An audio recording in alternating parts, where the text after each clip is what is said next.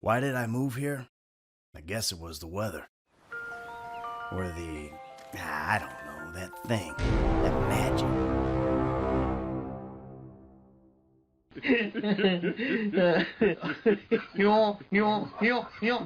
What on earth were they thinking? Hello there, and welcome back to another video. It's been a while since I've last uploaded, and yeah, sorry about that.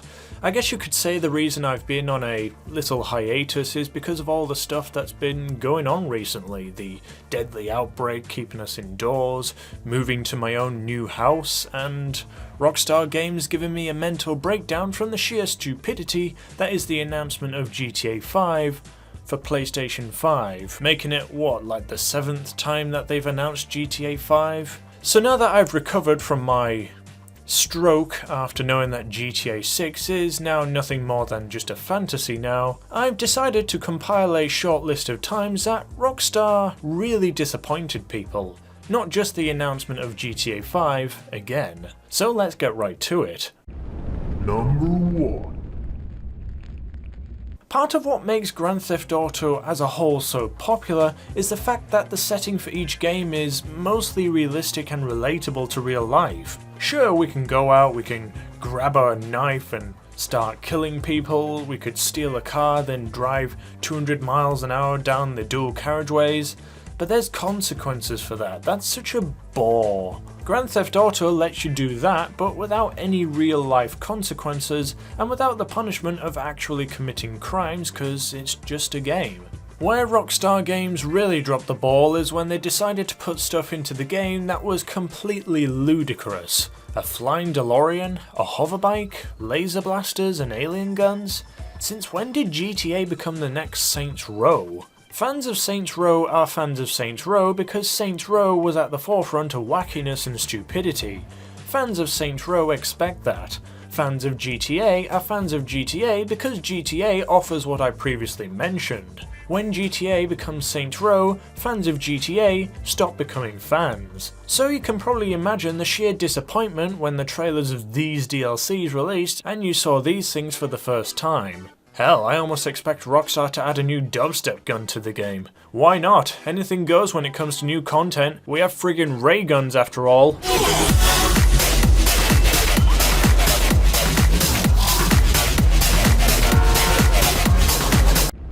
Number 2.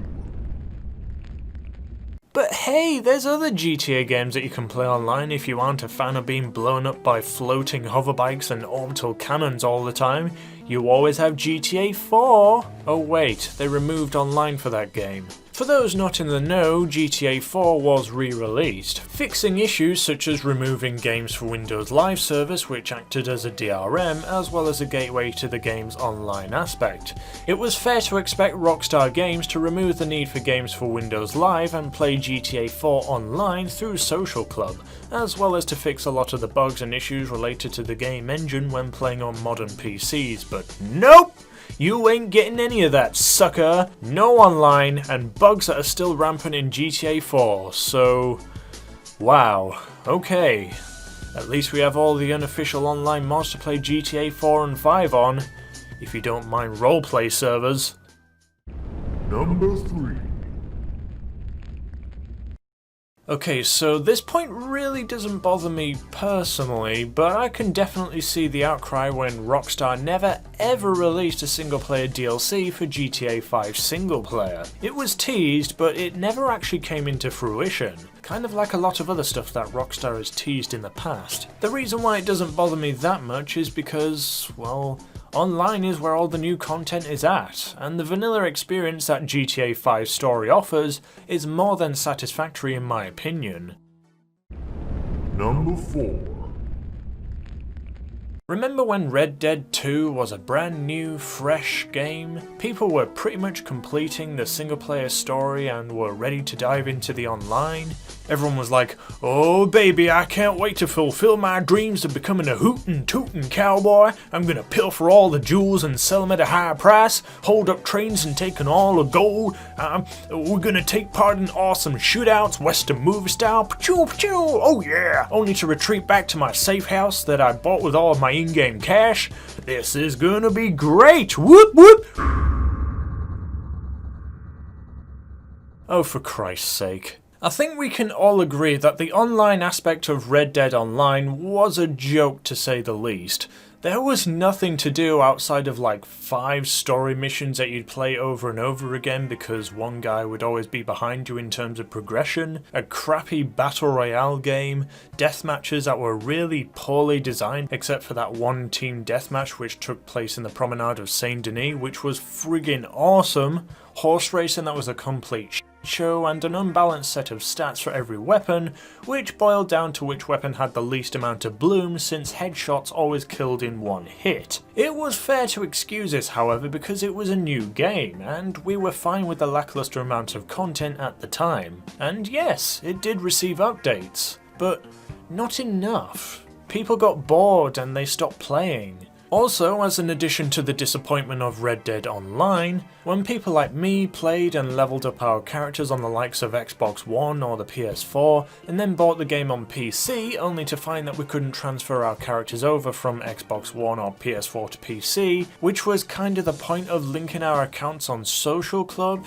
at least that's what I thought at first, it kind of put me as well as probably a lot of other people off continuing from there. I'd probably be playing Red Dead Online to this day if I was allowed to transfer my character over, but I couldn't, and that made me very sad.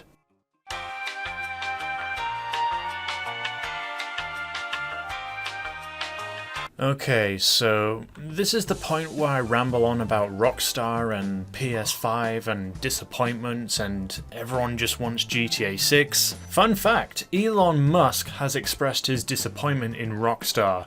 Elon Musk. I think if you manage to trigger a response from a multi-billionaire, then I think Rockstar has really screwed up here. I think the fact that Rockstar Games straight up refusing to make GTA 6 a thing ties alongside with all the other stuff that shamelessly goes on within the games industry. Loot boxes, failed games as a live service, the mistreatment of games development staff. The games industry really has gone downhill since the good old days of the 6th generation of consoles, in my opinion. And I think the main reason why all this stuff is allowed to happen is simply the fact that standards have been allowed to be set lower and lower as time passes. Sure, the graphics have gotten better, but look at everything else. Gamers nowadays are really easy to impress. All it takes to be successful, it seems, is to just make a multiplayer title that is extremely grindy or has a ton of cosmetic enhancements that can be purchased by little kids who don't know how not to spend their parents' credit card. I remember back in the day when Bethesda made a horse armor DLC for Oblivion. When that was released, it very quickly became infamous for being a piece of content that really isn't that different from content that you see nowadays. Bethesda was just a very early pioneer of a glimpse into what gaming would become in the future. Anyways, where am I getting at? Oh yeah. The problem is that we have games the likes of GTA, where the audience has low standards and as such they suck up to the game like it's the best thing ever. And because they want to get all good stuff in the game, they pay the ludicrous prices to get shark cards, and Rockstar is like, yes, give us your money. Ooh. And as time goes on, despite the ludicrous prices and lackluster content, mindless drones like the people who pay for shark cards just keep sucking it up, which entices Rockstar Games to just keep doing the same old stuff time and time again. Rockstar have no reason to stop doing this, it's just too successful. All they have to do is just release the same old game so that more people can get sucked into the game, only on more platforms. They can get hooked into the grind and then pay up to further feed Rockstar's greed for money. Which is a shame really, because this would be absolutely fine if GTA 5 wasn't as flawed and flimsy as it is. Long loading times, poor performance, unbalanced, unfixed mechanics, glitches, which could be fixed in PS5, who knows, modders, the whole lot.